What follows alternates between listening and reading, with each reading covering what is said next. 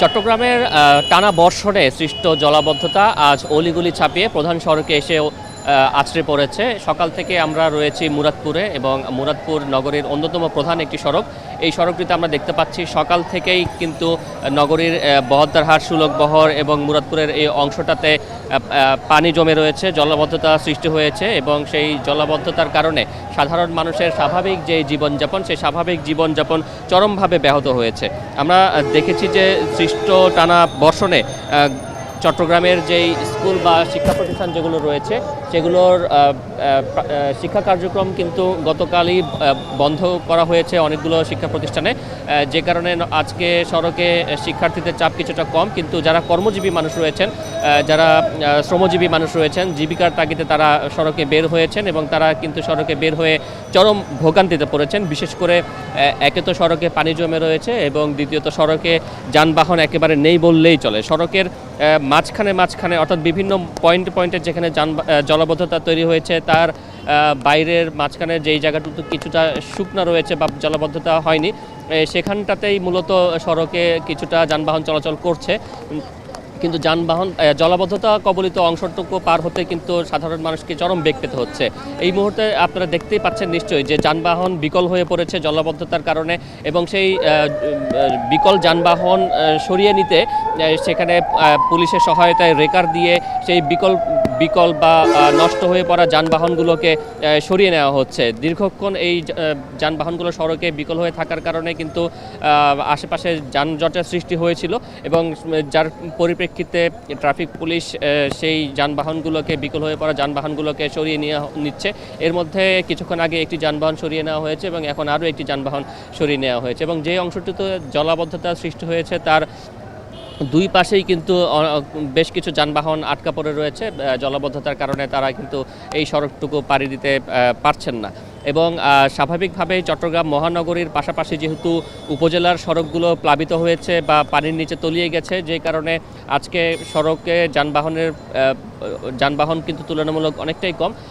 বিশেষ করে চট্টগ্রাম উত্তর দক্ষিণ সংযোগকারী যে সড়কগুলো রয়েছে সেই সড়কগুলোতেও কিন্তু যানবাহন একেবারেই কম।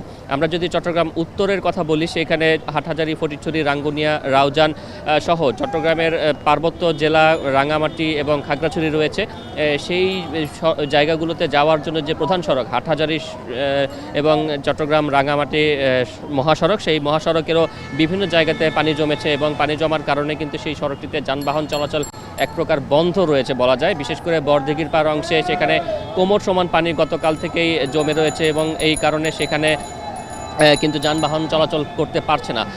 লোকাল যানবাহনের পাশাপাশি যেই আন্তজেলা বাস বা পরিবহন রয়েছে সেগুলোও কিন্তু সেখানে চলাচল করতে পারছে না এবং একই সাথে নগরীর মুরাদপুরের পাশাপাশি বহদ্দারহাট, কাপাসগোলা, আগ্রাবাদ সিডিএ আবাসিক, আগ্রাবাদ বাণিজ্যিক এলাকা, আতুরার ডিপো, অক্সিজেন, বেবি সুপার সহ বিভিন্ন সড়কে কিন্তু কম বেশি পানি উঠেছে। কোথাও গোড়ালি সমান পানি জমেছে, কোথাও হাঁটু সমান, কোথাও কিন্তু কোমর সমান পানি জমেছে এবং সেই পানির কারণে মানুষ যারা একেবারে নিতান্তই বাধ্য হয়েছেন ঘর থেকে বের হতে, তারা চরম ভোগান্তিতে পড়েছেন। আমরা দেখতে পাচ্ছি যে অনেক যানবাহন সেই পানি ঠেলেই যাওয়ার চেষ্টা করছেন, কিন্তু সেই পানি ঠেলে যাওয়ার পথেই কিন্তু বহু যানবাহন মাঝপথে অর্থাৎ জলাবদ্ধতার মাঝখানে এসে বিকল হয়ে পড়ছে এবং সেখানে মাঝখানে যাত্রীদের নামিয়ে দিতে হচ্ছে। যাত্রীরা বাধ্য হয়ে কোমর সমান পানিতে নেমে কিন্তু তারা তাদের গন্তব্যে পৌঁছাচ্ছেন এবং কেউ বিকল্প যানবাহন হিসেবে রিক্সা, ভ্যান এই ধরনের যানবাহনে তারা চেপে জলাবদ্ধতার অংশটুকু পার হওয়ার চেষ্টা করছেন, কিন্তু সেখানেও নিস্তার নেই, সেখানেও কিন্তু তাদের বাড়তি ভাড়া গুনতে হচ্ছে। এবং সব কিছু মিলিয়ে যদি বলি যে ব্যস্ততম নগরী, বাণিজ্যিক নগরী এই চট্টগ্রাম, সেই চট্টগ্রামের যেই কর্মকাণ্ড, সেই কর্মকাণ্ড আজকে কিন্তু একেবারে অনেকটা স্থবির হয়ে পড়েছে বলা যায়। কারণ যেহেতু মানুষ ঘর থেকে বের হতে পারছেন না, যানবাহন নেই সড়কে, সেই কারণে কিন্তু একেবারে যে অর্থনৈতিক কর্মকাণ্ড সেখানে কিন্তু বেশ ব্যাঘাত ঘটেছে বলা যায় এবং সাধারণ মানুষও আসলে বেশ ক্ষুব্ধ এই জলাবদ্ধতার সৃষ্টি হওয়ার কারণে। তারা বলছেন যে নগরীতে জলাবদ্ধতা নিরসনে প্রায় 14,000 কোটি টাকার কার্যক্রম পরিচালিত হচ্ছে। খাল খনন এবং সেই সাথে জলাবদ্ধতা নিরসনের জন্য স্লুইস গেট স্থাপন সহ বিভিন্ন ধরনের কার্যক্রম কিন্তু হচ্ছে বেশ কয়েক বছর ধরে, কিন্তু তারপরেও তারা সুফল পাচ্ছেন না বলে অভিযোগ করছেন এবং এই কারণে তারা কিন্তু ক্ষোভ প্রকাশ করছেন এবং তারা বলছেন যে প্রতি বছরই বর্ষা এলে তাদেরকে কোমর সমান পানিতে ডুবে যেতে হয়, এটি তাদের নিয়তি বলেই কিন্তু তারা ধরে নিচ্ছেন এখন এক প্রকার।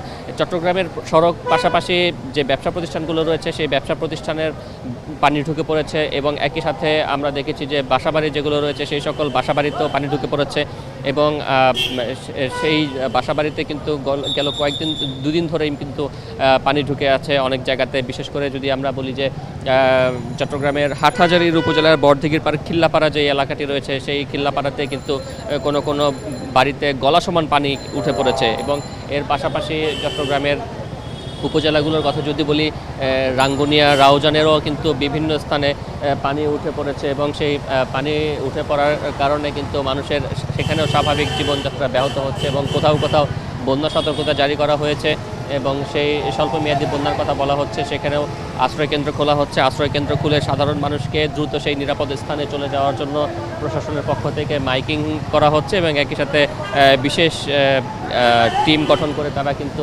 বিভিন্ন জায়গাতে গিয়ে যারা ঝুঁকিপূর্ণভাবে বসবাস করছেন তাদেরকে সেখান থেকে সরিয়ে নেওয়ার কার্যক্রম পরিচালনা করছেন।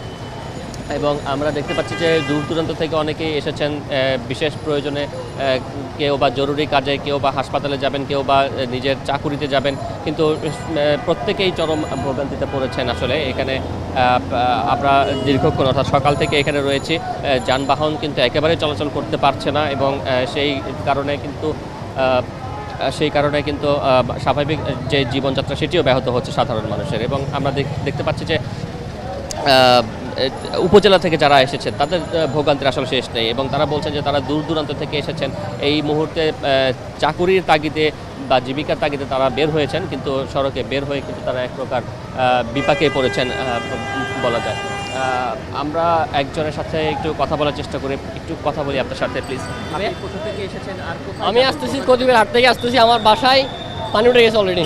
ওইখানে থাকার কোনো পরিবেশ নেই, আপনারা দেখতেছেন এখানে দেখতেছেন, কিন্তু আপনারা ভিতরে পরিবেশটা দেখতেছেন না। সেই কারণে আমি এখন অলরেডি বাসা থেকে চলে যাচ্ছে আমার ফ্রেন্ডের বাসায়। আপনার বাসা কোথায় এবং সেখানে কি পরিমাণ? কতিবের হাটে আমার বাসা অলরেডি হাঁটু বরাবর পানি উঠে গেছে, ওইখানে থাকার কোনো পরিবেশ নাই। সেজন্য আমি এখন আমার ফ্রেন্ডের বাসায় চলে যাচ্ছি। কতদিন ধরে এই অবস্থা? আজকে 3 থেকে 4 দিন হয়ে যাচ্ছে, এখন কন্টিনিউয়াসলি বৃষ্টি হচ্ছে, এখন সামনে কী হয় সেটা বলা যাচ্ছে না।